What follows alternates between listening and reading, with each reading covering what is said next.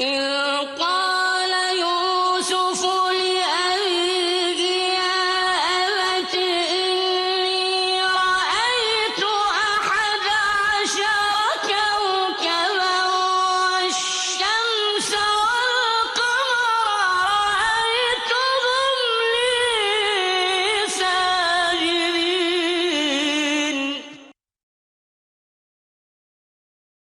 In the name of God, and prayers and peace be upon the messenger of God, Joseph, peace be upon him, transferred his 2 companions in prison to another world, which is the world of the unseen and monotheism, and neither of them had heard anything before that about monotheism and the worship of the one Lord, nor had they heard anything about the stories of the prophets Abraham, Isaac, and Jacob, as if he was tempting them with a position of benevolence, and that the path to it was to follow the correct religion.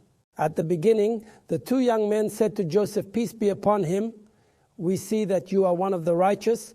So he guided them to the plan to achieve righteousness by implementing monotheism in their lives and singling out God in servitude.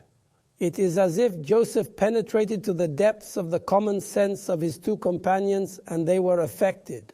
The scholars say that they believed and became monotheists, and that the one of them who died by being crucified died as a monotheist. In general, everyone who was in contact with Joseph, peace be upon him, was touched by some of the goodness and light that was flowing from Joseph, and was positively influenced by Joseph's faithful personality. In Joseph's saying, this is the upright religion, but most people do not know, we mention some of the synonyms and meanings of the upright religion, which is singling out God for servitude and rejecting polytheism, ruling by God's law in all aspects of political, social, economic life, and following the religion of Abraham, peace be upon him, and all prophets and messengers. After Joseph, peace be upon him, guided his 2 companions to the right religion that would lead them to God's satisfaction and paradise, he turned to interpret the dream that each of them saw, and he said in the following verse, O my fellow inmates, one of you will serve his master wine. As for the other, he will be crucified, and birds will eat from his head. Thus the matter you are inquiring about is settled. So the first one survives and is acquitted by the ruling regime at that time. He had been imprisoned on charges of involvement in a conspiracy against the king, but he comes out innocent and re-engages in work within the king's entourage and works as a cupbearer for the king again.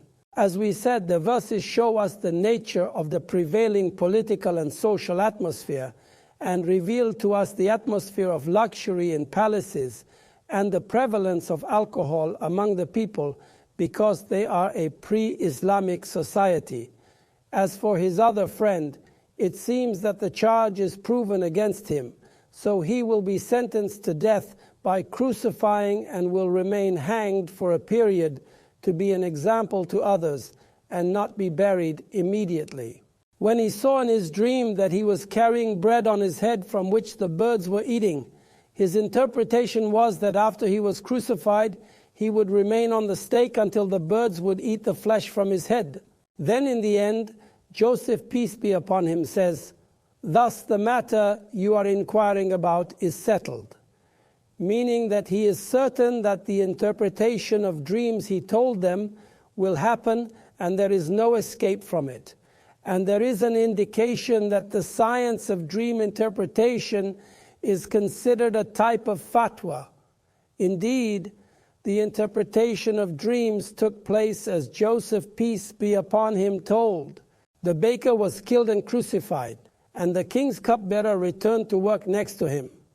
Therefore, this one who survived gave the title, the truthful to Joseph, as we will see in the coming verses. Joseph, peace be upon him, was certain that the king's cupbearer would survive. So he asked him a service, as we see in the following verse. And he said to the one he knew would be released, mention me to your master. But Satan caused him to forget to make mention to his master, so he remained in prison for several years. We note that Joseph followed the law of causality, so he asked his friend to mention to the king the injustice that Joseph was subjected to, in the hope that he would look into his matter and release him from prison. Joseph had told his friend the injustice that had befallen him and led him to prison. But due to God's wisdom, the cupbearer forgot to mention Joseph to the king, so he remained in prison for several years, ranging from 3 to 9 years. إذ قال